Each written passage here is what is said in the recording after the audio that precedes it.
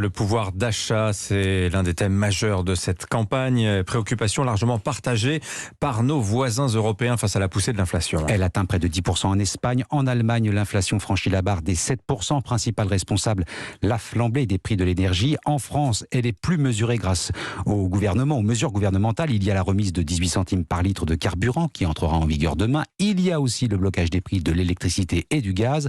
Autant d'amortisseurs que nos voisins regardent avec envie, Élise Dangean. Oui, car quasiment tous les pays ont mis en place une réduction sur les prix du carburant, moins 20 centimes par litre en Espagne, moins 25 en Italie, moins 30 centimes sur l'essence et moins 14 sur le diesel en Allemagne. Mais là où la France se distingue, c'est sur le plafonnement à 4% de l'augmentation des coûts réglementés de l'électricité. C'est le fameux bouclier tarifaire, une opération possible grâce à EDF qu'elle détient à 80% et à qui elle a ordonné de vendre davantage d'énergie nucléaire bon marché à ses rivaux.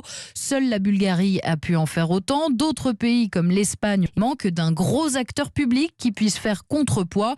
C'est l'une des explications à l'inflation espagnole qui frôle désormais les 10%, un record depuis 1985.